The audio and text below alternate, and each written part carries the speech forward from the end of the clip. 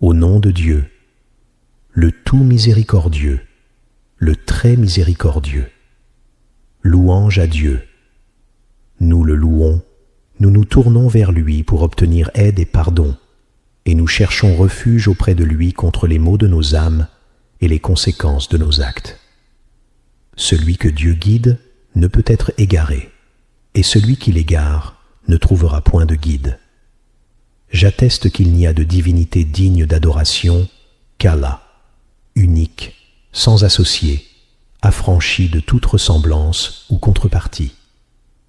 J'atteste également que notre maître, notre imam et notre exemple, Muhammad, serviteur et messager d'Allah, que la paix et les bénédictions d'Allah soient sur lui, sa noble famille et ses compagnons illustres, ceux dont le regard ne s'est jamais détourné de la vérité et dont l'oreille n'a jamais manqué un enseignement.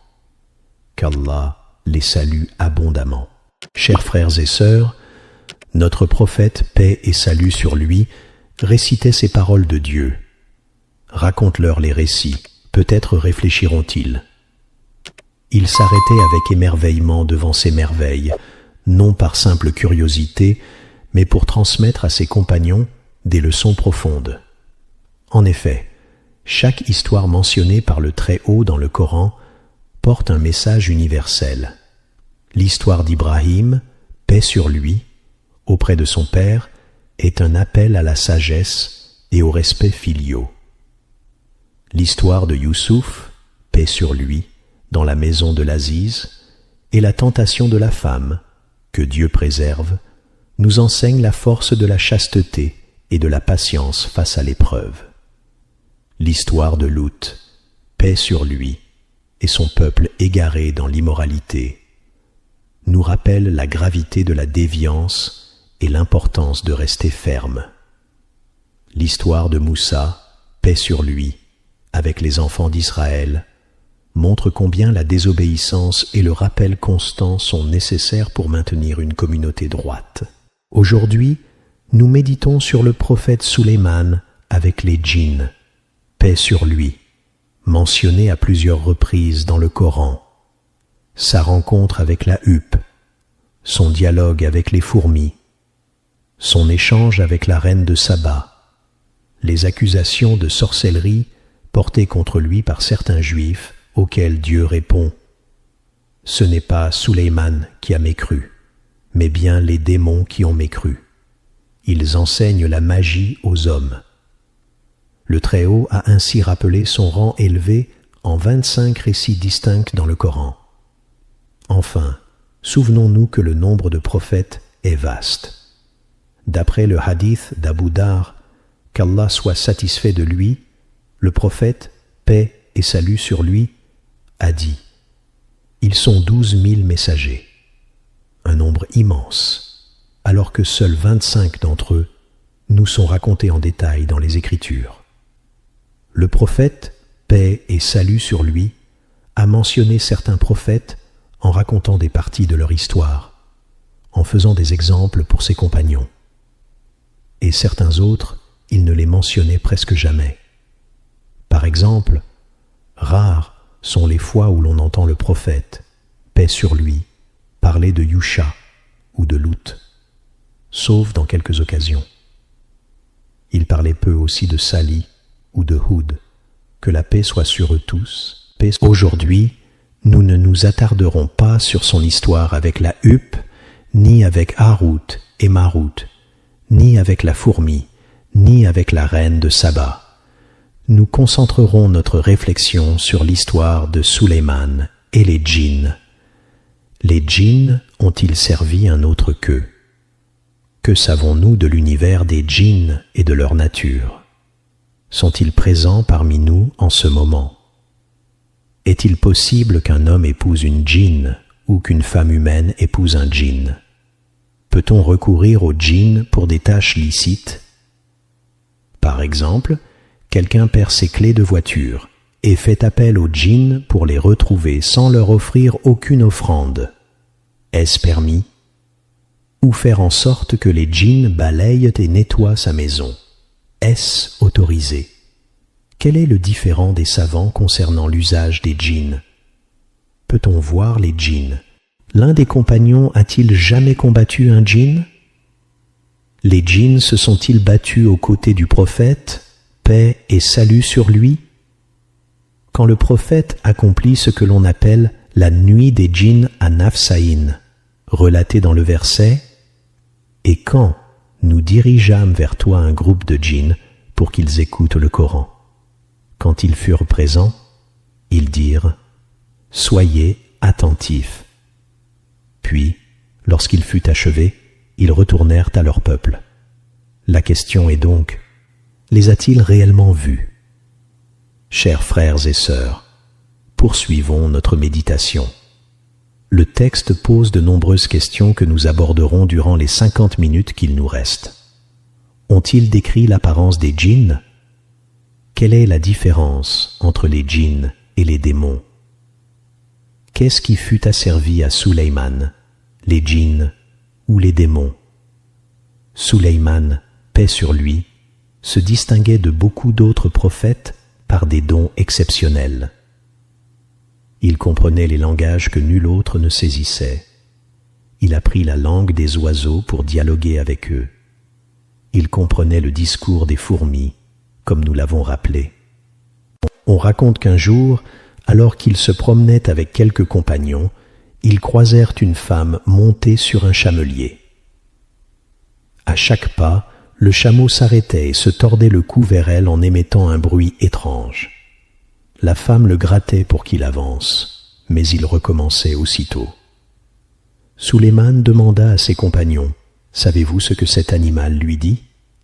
Ils répondirent, « Non, dis-nous. » Il dit alors, « Le chameau se plaint qu'une grosse aiguille est fichée sous la selle, et il lui demande de l'enlever. » Ils dégarnirent la selle, découvrirent l'aiguille et la retirèrent.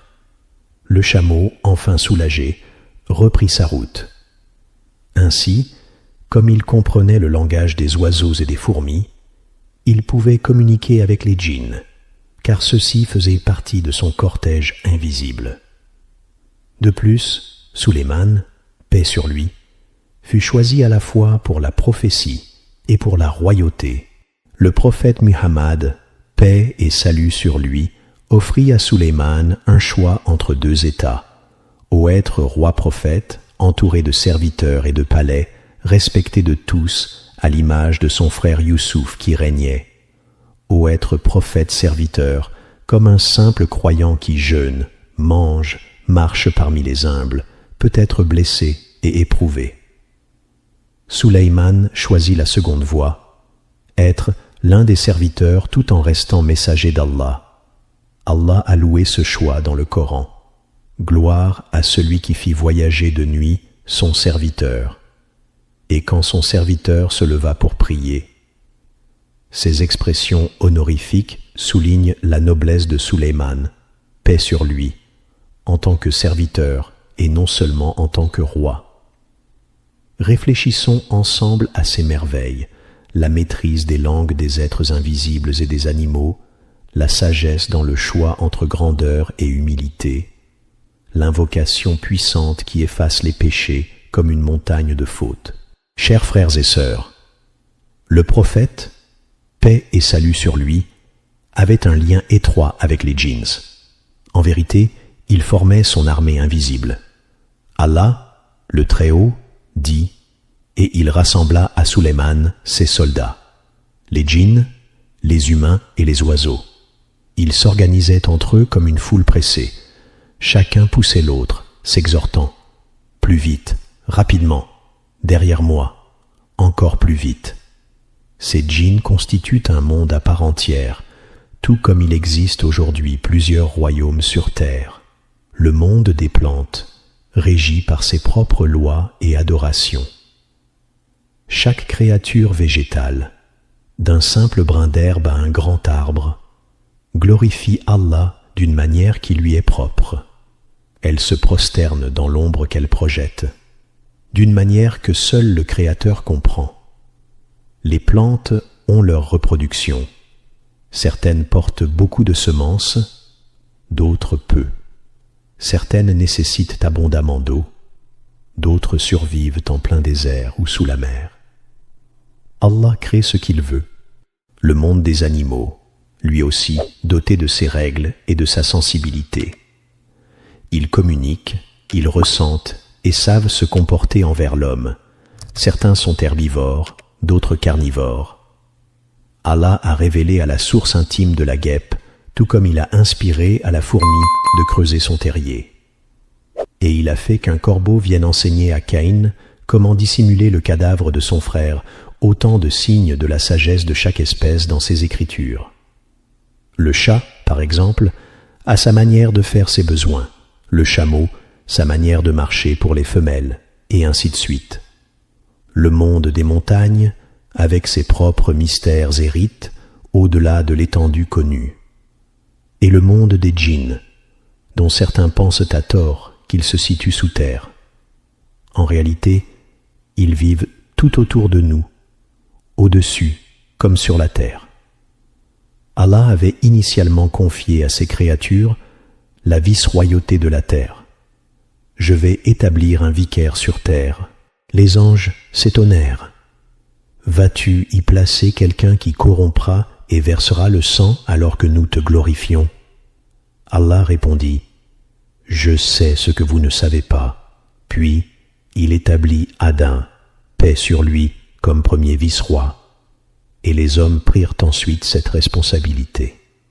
Les djinns, eux, furent chassés de leur demeure après avoir commis des désordres par une armée angélique et relégués dans des lieux reculés. Allah, le Très-Haut, dit aussi, les djinns, nous les avons créés auparavant à partir d'un feu sans fumée. Et le prophète, paix et salut sur lui, rapporta que les anges furent créés à partir de lumière. Allah, le Très-Haut, dit, les djinns, nous les avons créés auparavant à partir d'un feu étincelant. On explique que ce feu étincelant est la flamme mêlée de noirceur et de jaunisse qu'Allah a utilisée pour façonner les djinns. Certains s'interrogent, si les djinns furent créés de feu, comment peuvent-ils être punis par le feu de l'enfer? Ô mes frères et sœurs, réfléchissons.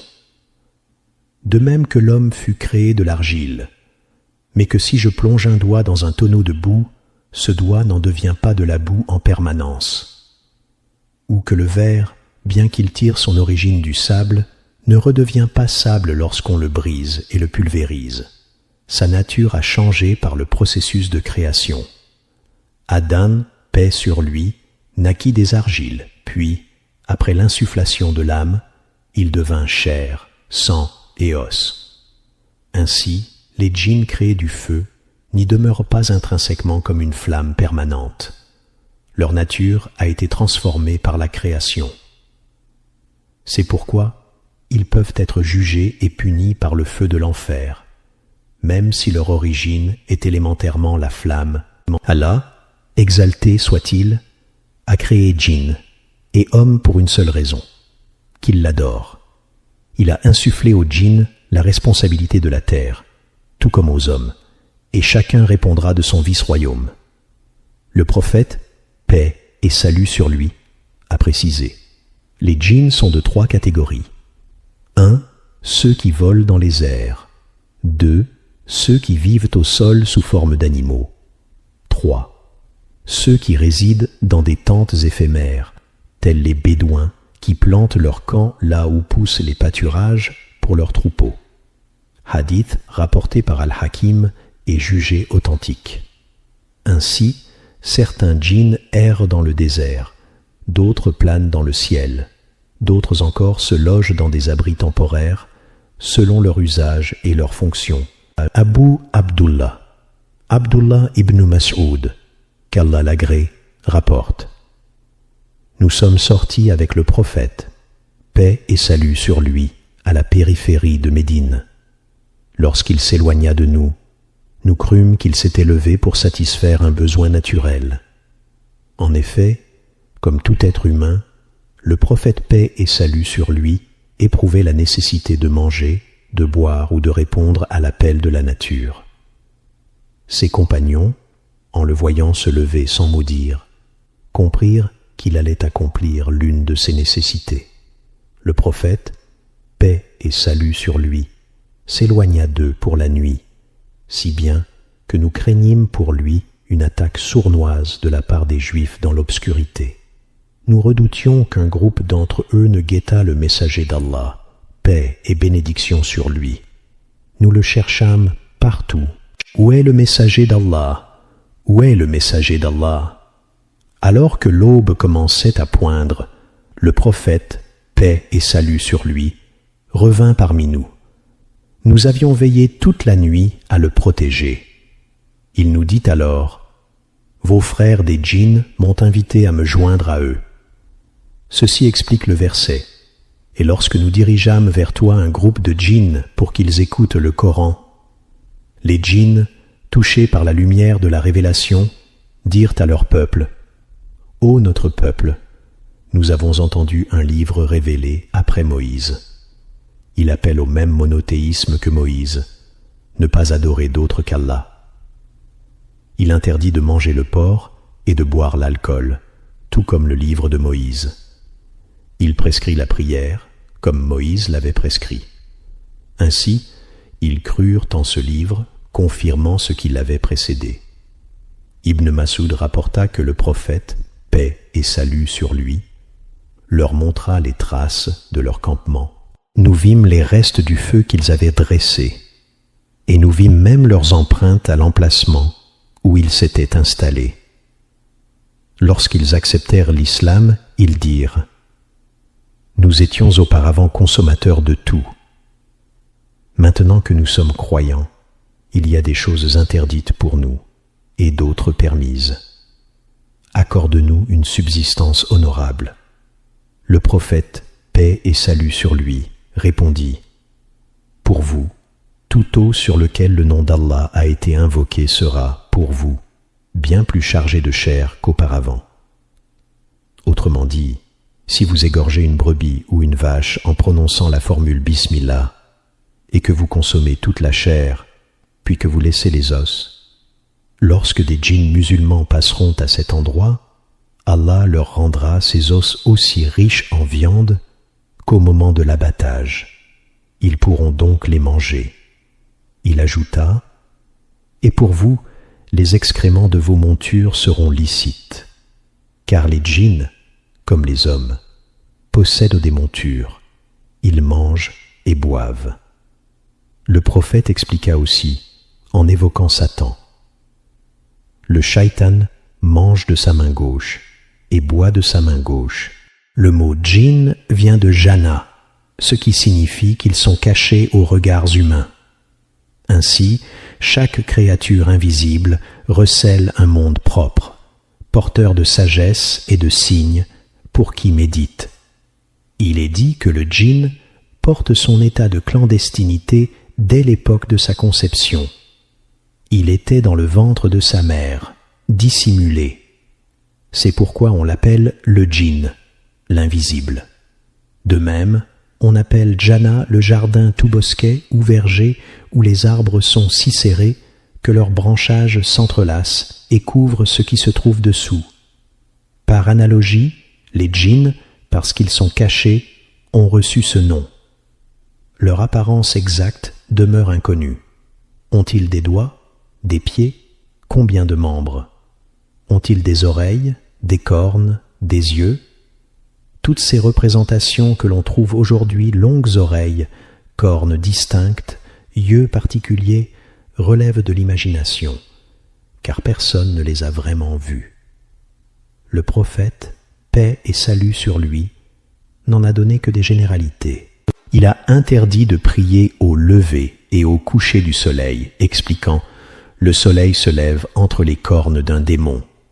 Ainsi, certains djinns, ceux qui désobéissent, sont appelés Shayat An, tandis que les croyants parmi les djinns conservent l'appellation djinn. Leur nature originelle est unique, mais le terme shaitan désigne celui qui a dévié, celui qui s'est écarté du droit chemin. Lorsque l'on casse une noix et qu'elle rebondit au lieu de se fendre, on dit qu'elle a shtanat, c'est-à-dire qu'elle a dévié. De même, Tous les djinns partagent la même essence, mais ceux qui se sont détournés d'Allah sont nommés shayatn, et les pieux restent djinns. Les djinns, tout comme les humains, possèdent des cornes dont la forme exacte Allah seul la connaît, des cœurs qu'il a mentionnés. Nous avons jeté parmi eux beaucoup de gens de jadis pour l'enfer. Les djinns et les hommes ont certes des cœurs par lesquels ils ne comprennent pas, des yeux, mais ils ne voient pas comme nous, des oreilles, mais ils n'entendent pas comme nous, une voix, car Allah dit « Et excite par ta voix ceux que tu pourras parmi eux ». Par ailleurs, quand on évoque Satan, c'est l'un des djinns qui a failli à son devoir. Ils se prosternèrent, excepté Iblis, car il était des djinns. Il désobéit à l'ordre de son Seigneur. Iblis, initialement croyant, devint shaitan après sa rébellion. Enfin, comme les djinns mangent et boivent le prophète, paix et salut sur lui, le précisa en parlant de leur consommation d'excréments et de la rétribution osseuse, il les décrivit ainsi. Ils mangent de leur main gauche et boivent de leur main gauche. La pureté et le respect des djinns. Le prophète, paix et salut sur lui, a interdit d'utiliser des eaux pour se nettoyer après avoir accompli ses besoins. Lorsqu'on accomplit la grande impureté, il n'est pas permis d'essuyer les restes d'urine ou d'excréments avec un os. Il expliqua que ces eaux constituent la subsistance de vos frères djinns. Allah y fera revivre la chair pour qu'ils puissent la manger. L'interdiction vise donc à honorer ces créatures invisibles. L'évocation divine est la protection contre les djinns et les démons. Dans un hadith, il est rapporté: lorsque quelqu'un entre chez lui et mentionne Allah en disant « Bismillah »,« Assalamu alaykum » ou « La ilaha illallah », les shayatines diront « Plus de séjour pour vous dans cette demeure ». Ainsi, en invoquant le nom d'Allah, on empêche djinns et démons de résider dans la maison. De même, en entrant dans l'intimité pour se dévêtir, il est recommandé de dire « Bismillah ». Quand l'un de vous entre dans ces quartiers privés, qu'il dise « Bismillah » pour que les djinns ne puissent le voir. L'évocation divine avant le repas. Lorsque l'on dit « Bismillah » avant de manger, le shaitan s'exclame « Aucun souper pour vous ». Et lorsqu'on évoque Allah en entrant chez soi, aucun abri pour vous. Ces paroles témoignent que les djinns partagent de nos repas et que l'invocation divine les éloigne. L'origine satanique de l'alcool et du jeu Allah le Très-Haut dit « Le vin, les jeux de hasard, les idoles et les flèches divinatoires sont une abomination, œuvre du shaitan. Le shaitan est réputé avoir été le premier à produire le vin, puis à inciter Adam et ses descendants à le consommer. Il fut aussi le premier à renier et à associer, avant de tenter d'entraîner les humains dans ces mêmes péchés. La métamorphose et les prodiges des djinns au service de Sulayman. Le prophète, paix et salut sur lui, enseigna que les djinns se transforment pour servir. Statue, bassin, récipient, trône. Comme Allah dit, ils accomplissaient auprès de lui toutes sortes d'ouvrages, temples, statuettes, bassins et chaudrons. Les djinns, dotés d'ingéniosité, construisaient pour Sulayman ce qu'il souhaitait sanctuaires, mosquées, cuves et objets divers, démontrant ainsi leur capacité à prendre diverses formes et à œuvrer pour lui. Les djinns, vous l'avez compris, pouvaient se manifester sous toutes sortes de formes pour servir Sulayman, paix sur lui. Il fabriquait pour lui de grandes vasques bordées de pierres et de mosaïques, appelées masbah, bassins pour boire. Puis, il façonnait de vastes bassins en pierre, dont certains mesuraient plusieurs mètres de côté. Les Arabes, autrefois, installaient à côté de chaque puits un bassin accolé. où l'on puisait l'eau à l'aide d'un seau. Quand le réservoir était plein, un enfant, une femme ou une monture pouvaient s'abreuver sans effort. De même, les djinns créaient pour Sulayman des jabiyates, grandes ou petites, pour servir ses hôtes et ses bêtes. Il confectionnait aussi des plats profonds. Vous diriez qu'il transformait ces récipients en véritables étangs de pierre, pour que le prophète roi et son peuple y mangent confortablement. Et pour les grandes casseroles en fer, il forgeait des chaudrons si volumineux que personne, sans aide surnaturelle, n'aurait pu les transporter. Il les posait directement sur le feu en soulevant d'énormes pierres, puis glissait les bûches sous celles-ci pour l'allumage. Les intrigues de Satan auprès des Quraysh, lorsque le prophète, paix et salut sur lui, prêchait encore à la Mecque, les notables de Quraysh hésitaient. S'il est tué, les Hachémites se vengeront. S'il est exilé, il gagnera un autre peuple à sa cause. S'il est emprisonné, sa parole s'étendra. Alors Shaitan se présenta sous les traits d'un vieil homme originaire du Nejd. Ô Quraysh, rassemblez un jeune homme de chaque tribu de Thaqif, de Bakr, de Khuza'a, des Banu Makhzoum, des Banu Hashim, et faites-les frapper en un seul coup. Aucun ne saura qui a porté l'atteinte, et ainsi votre conscience sera tranquille. Mais Allah protégea son messager, paix et salut sur lui, de ce complot. Plus tard, lorsque le prophète, paix et salut sur lui, intercepta la caravane de Quraysh à Badr, Shaitan revint encourager la défaite des musulmans. Vous savez que les émigrés avaient dû abandonner leurs biens à la Mecque. Les Quraysh les avaient spoliés. Les musulmans estimaient qu'il était légitime de récupérer leurs avoirs par tous les moyens comme aujourd'hui. Si l'on vous volait votre téléphone, vous chercheriez à le reprendre coûte que coûte. Ô mes frères et sœurs, réfléchissons à cette parabole.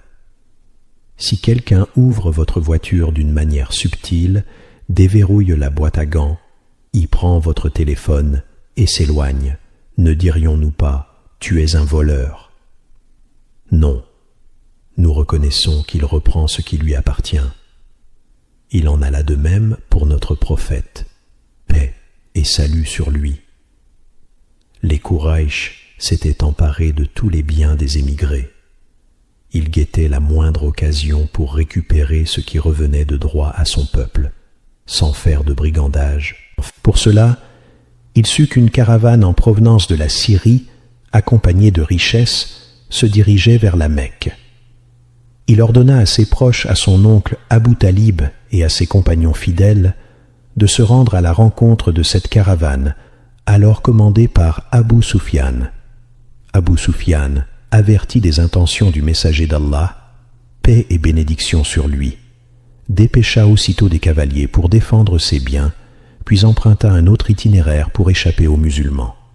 Lorsqu'il jugea ses trésors à l'abri, il fit retourner ses gens à la Mecque, leur assurant qu'il n'y avait plus lieu d'aller en guerre. Shaitan se réjouit à l'idée du conflit, mais le cœur des Quraysh se refroidit après avoir parcouru une partie du chemin. Alors le diable se présenta, métamorphosé en Syrien sage. « Ô Quraysh, j'ai voyagé de loin pour vous donner conseil. Rassemblez un jeune homme de chaque tribu de Thaqif, de Bakr, de Khuza'a, des Banu Makhzoum, de Banu Hashim, et faites-le frapper en un seul coup. Ainsi, nul ne saura qui l'a frappé, et votre conscience restera légère. Mais Allah préserva son messager, paix et salut sur lui, de ce complot perfide. Le Coran nous apprend que les djinns peuvent s'unir et engendrer, comme tout être vivant. N'avaient point approché ces femmes avant eux de l'union. Ceci fait allusion à leur capacité de reproduction, de même qu'il est dit « Ils prennent d'eux et de leur descendance des alliés en dehors d'Allah. » Leur habitat. Les djinns résidaient autrefois partout sur terre, Mais, après avoir corrompu leur vice-royauté, ils furent combattus par les anges et repoussés vers des lieux reculés, déserts, ruines, lieux d'ordure et cavernes lointaines. À l'issue de ce châtiment, Allah créa Adam, paix sur lui, comme nouveau vicaire. Les djinns continuent cependant de vivre dans les régions désertiques et les lieux déserts. Bien qu'ils soient parfois présents en ville ou dans nos maisons, comme nous l'avons appris en évoquant la protection qu'offre le nom d'Allah lors de l'entrée dans une demeure. Lorsque l'un d'entre vous entre dans ces quartiers intimes, qu'il dise Bismillah, et comme rapporté dans un autre hadith, aucun abri ne vous est permis, et aucun repas non plus. Cela signifie que djinns et démons peuvent se trouver parmi les hommes, mais qu'en invoquant le nom d'Allah, on les en empêche. Les traits caractéristiques des djinns et des démons. Le prophète, paix et salut sur lui, nous a mis en garde contre le fait d'imiter ces créatures. Il a interdit de s'asseoir à moitié à l'ombre et à moitié au soleil, car c'est là un siège des shayatins. On doit s'asseoir tout entier à l'ombre ou tout entier au soleil. Il a également interdit de marcher avec une seule sandale, car le shaitan marche avec une seule. Ces signes distinguent djinns et démons. Ils sont originellement de la même essence, mais les shayatines sont ceux qui ont dévié. Allah, exalté soit-il, dit « Il n'a aucun pouvoir sur les croyants qui se confient en leur Seigneur. Son empire ne s'exerce que sur ceux qui lui prêtent allégeance. Ainsi, le diable ne peut dominer que celui qui le suit. » Ibn al-Jawzi rapporte, pour illustration, qu'il soit authentique ou non, cette histoire. L'histoire de l'homme et de l'arbre idolâtré. Un homme musulman vit que des gens adoraient un arbre. Il rentra chez lui, prit une hache et se dirigea pour l'abattre. Un passant s'interposa. « Pourquoi veux-tu couper cet arbre ? Parce qu'il l'adore en dehors d'Allah, et je ne le permettrai jamais. Ce n'est pas ton affaire. Ne crois-tu pas en Allah ? Laisse-les faire. » Malgré l'avertissement, le croyant voulut poursuivre son geste. Ils en vinrent aux mains. L'homme qui défendait l'arbre tenta de résister, mais le musulman le maîtrisa, le jeta à terre et l'étrangla jusqu'à ce qu'il implore « Arrête, arrête, je renonce ». Le croyant le relâcha et reprit son chemin pour couper l'arbre. À ce moment, l'homme, repentant, lui dit « Reviens, je te donnerai chaque jour 2 dinars, si tu laisses cet arbre en paix.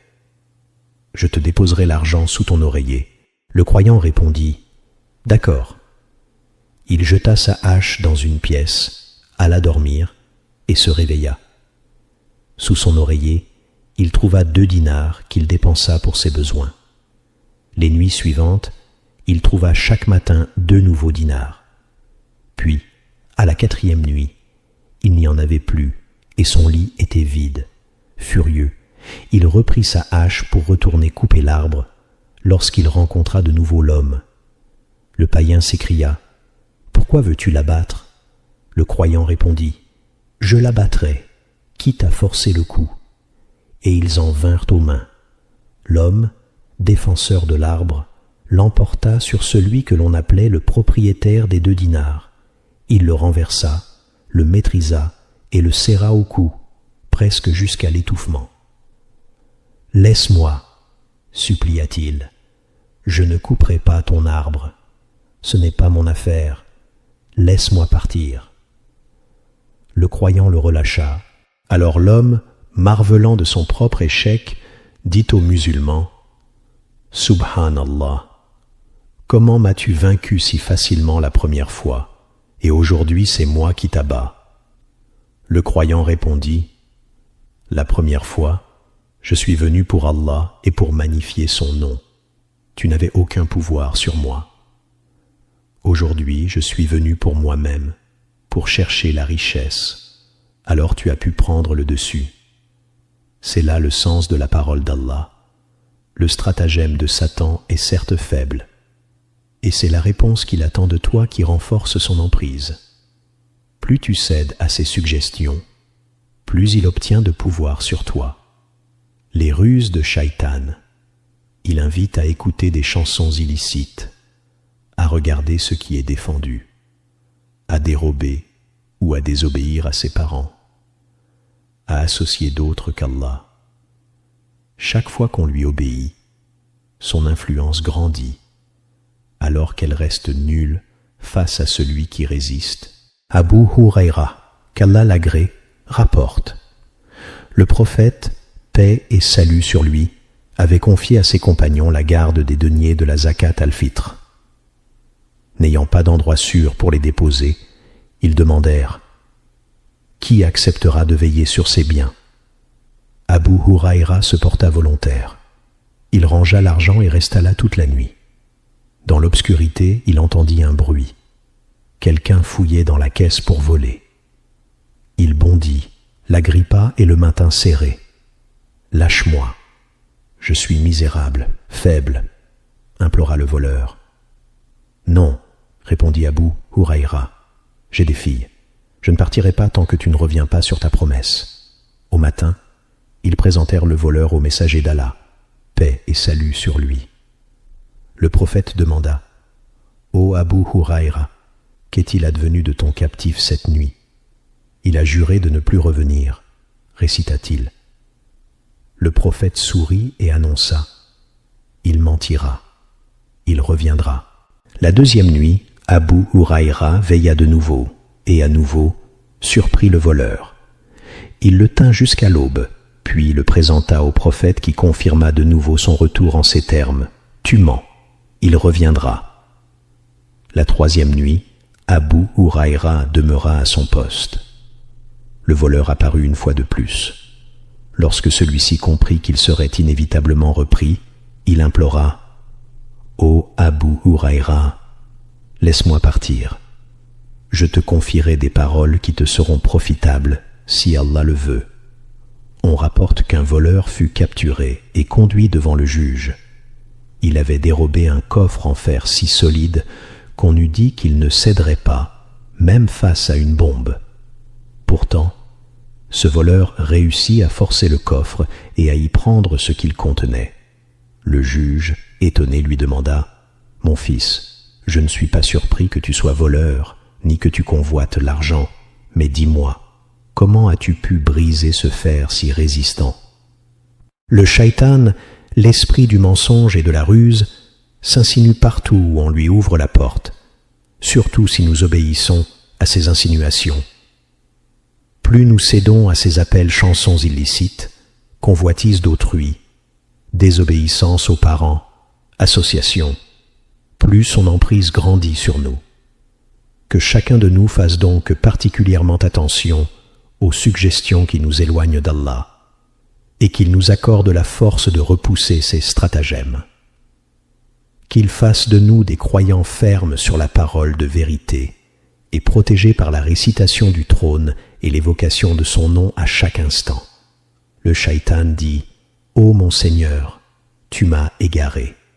J'ornerai pour eux, les hommes, ce qui est sur terre, et je les égarerai tous. » Allah, exalté soit-il, se ressouvint du mot « tous » et répondit: « Mon serviteur, aucun pouvoir n'est tien sur mes serviteurs, à l'exception de ceux qui te suivent. » Ainsi, lorsque le diable déclarait vouloir égarer tous les hommes, le Très-Haut lui répliqua qu'il ne peut dominer que ceux qui se soumettent à lui. Notre prophète, paix et salut sur lui, nous informa par ailleurs que le shaitan craint certains croyants. Il dit à Oumar: « Par Allah, le shaitan ne t'a jamais rencontré dans aucune vallée sans s'enfuir, ô Oumar. » Comment se protéger de la ruse des shayatines?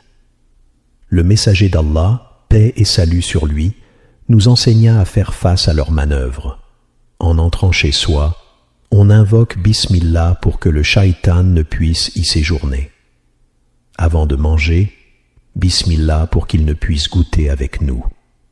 En fermant une porte, Bismillah car, comme il est rapporté, fermez les portes et mentionnez le nom d'Allah, car le shaitan ne peut ouvrir une porte fermée. On couvre les récipients, on bouche les gourdes et on éteint la lampe du soir. Le shaitan ne peut entr'ouvrir un récipient fermé, ni ouvrir une porte, ni renverser une gourde. Ainsi, chaque geste simple accompagné de la mention d'Allah repousse la présence des démons. L'épreuve de Sulayman, paix sur lui. Allah dit, « Et nous fîmes éprouver Sulayman et posâmes sur son trône un corps. » Puis il se repentit. « Seigneur, pardonne-moi et donne-moi une royauté telle qu'aucun après moi ne soit digne de la posséder.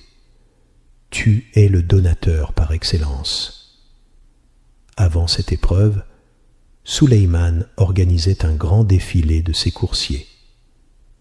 Il avoua, « J'avoue que j'ai aimé les bienfaits de ce monde sans penser à la mention de mon Seigneur, jusqu'à ce qu'ils disparaissent derrière le voile du couchant. » Pris de remords, il fit immoler ses montures qu'il avait destinées au combat, préférant rehausser la grandeur divine plutôt que son propre plaisir sensitif. Le corps que l'on plaça sur son trône est interprété, selon la plus probable des opinions, comme étant son enfant, une naissance inachevée, venu au monde sans bras ni jambes, un demi-garçon, ni Zakar Kamil, ni un Kadamine Kamil. On l'exposa au peuple. Ils le virent incomplet, signe de la toute-puissance d'Allah qui teste même sa noblesse. Puisse Allah nous accorder la sincérité des cœurs, la protection contre les tentations et l'humilité pour reconnaître ses faveurs, qu'il nous élève parmi ceux qu'il chérit et nous préserve de l'égarement.